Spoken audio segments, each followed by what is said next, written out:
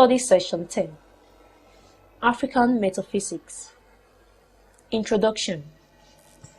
In this study session, we will focus on African metaphysics, some major features of African metaphysics, and lastly, some of the central themes in African metaphysics.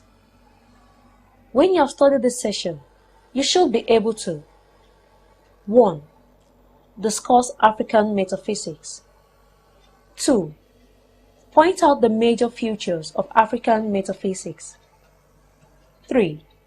Discuss at least 4 central themes in African metaphysics.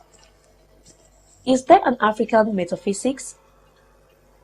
You will wonder why we should ask this question at this point.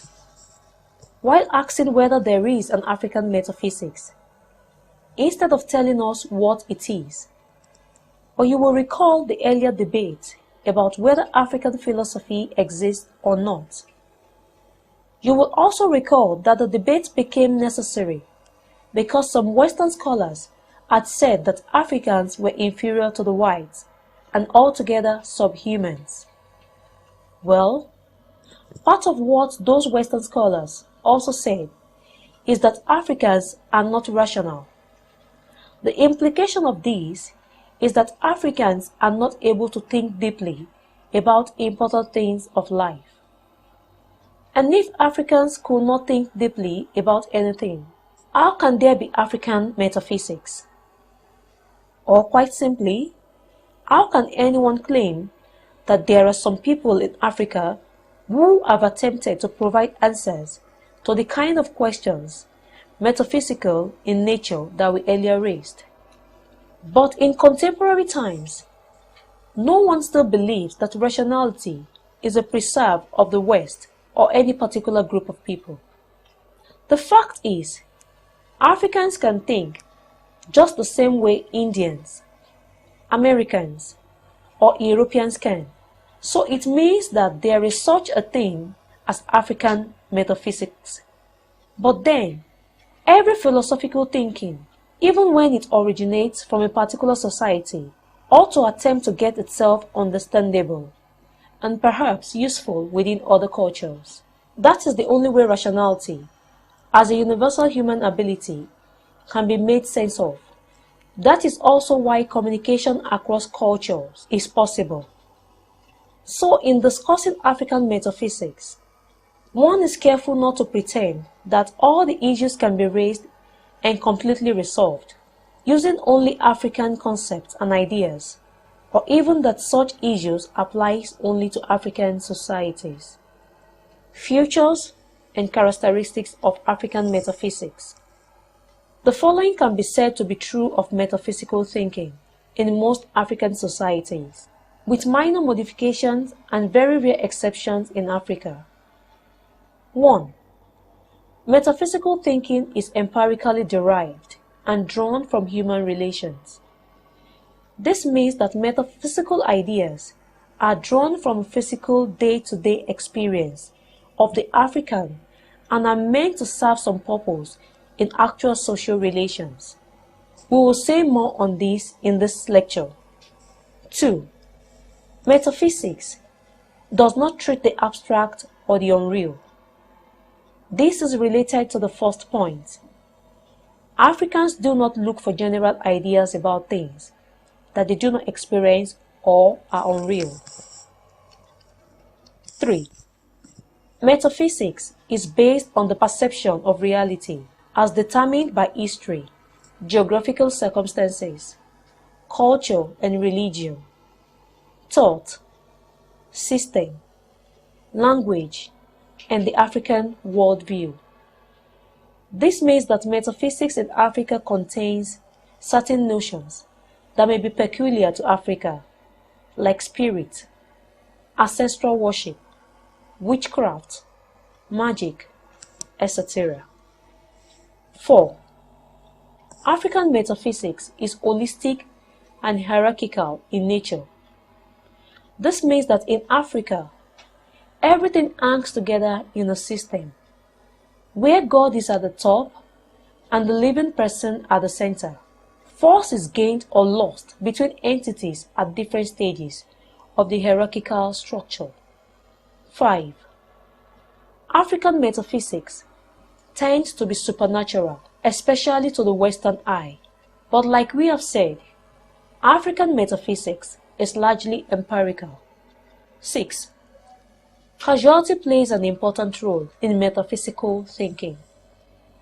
Themes in African metaphysics.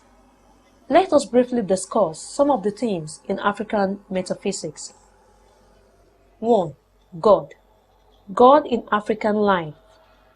With very few exceptions, most Africans believe in God, and God has a central place in their lives.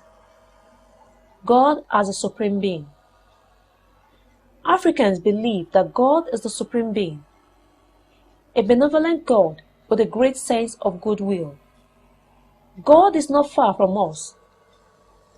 He is the ultimate controller of nature and the laws that govern it.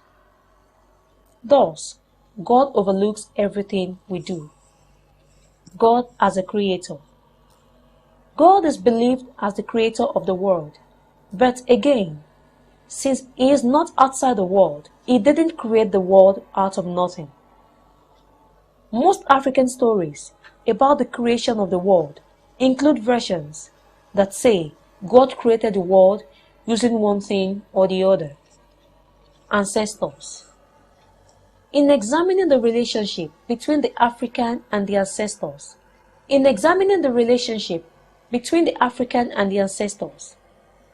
it becomes completely clear that there is really no dichotomy between the supernatural and the natural world. We easily communicate with our ancestors, who are merely occupying higher status in our ontology. Witchcraft. Witchcraft, magic, sorcery, and so on are not peculiar to African societies, but their spread and degree of social relevance is such that they deserve special mention in Africa. This is because in certain parts of Africa, as we are all well aware of lightning killing people, or the death of a child, all too soon, could be blamed on a relation. Usually, such a relation will be aged or barren woman, or even a small child of 3 to 9 could be accused of witchcraft. The penalty, death by lynching, once found guilty. But how do the witches operate? It is claimed that they have extraordinary ability to transform their bodies into birds, rats, cats, lions, or other dangerous animals to harm their victims. However, it has been argued by some African philosophers that witchcraft is very real in Africa, like science and technology is to the West. But that is merely a logical error arising from confusing a means of making sense of situation and finding the actual cause. Personhood. Africans do not make a radical distinction between the mind and the body. Selfhood or personhood rather has to do with social relations. You become a person because your status in the community, both moral and otherwise, is susceptible. Destiny. Destiny is very important to African conception of the person. It is not clear whether a person chooses his destiny or whether it is imposed on him, but Africans punish people when they do wrong. We can only then conclude that whether people choose or get their destiny by imposition, one is free and can have a say on how his destiny is actualized. Study session summary. In this study session, we discussed African metaphysics. We also examined major features and central themes of African metaphysics. End of study session 10. Thank you for listening.